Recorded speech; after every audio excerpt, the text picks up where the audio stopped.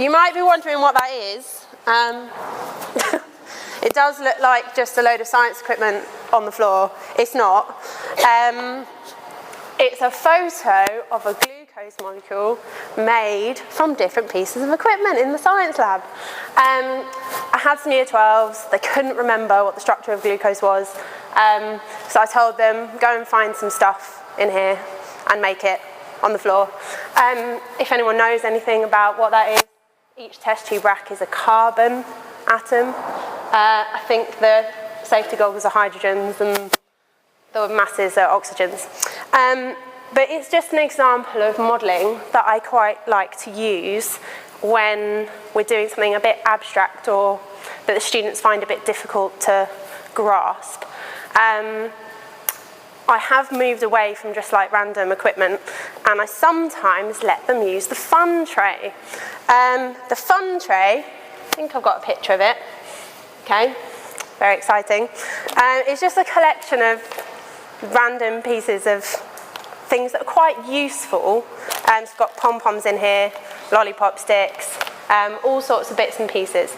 And when students are finding it really hard to understand something, I ask them to make whatever it is that they should be doing. It's good for processes, so for biology it's really useful. So I might give them this, which is about cloning and how cloning is actually done when we make man-made clones.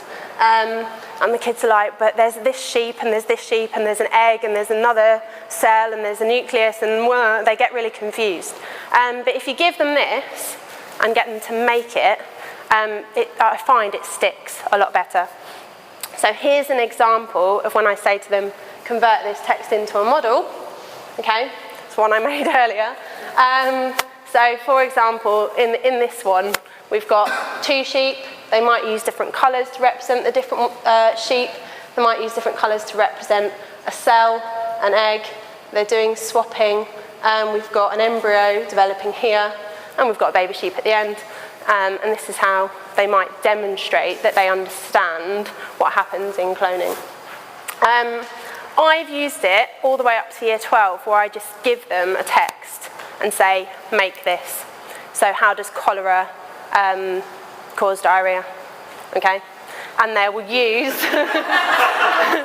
they will use some pom-poms to show how that works. And actually, you say to them at the end, there's a group of 3 or 4 of them, and you say, I'm going to come and pick one of you. One of you has to show me the process and explain it to me.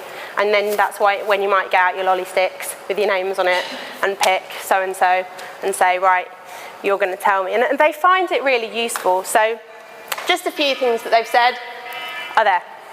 That's it.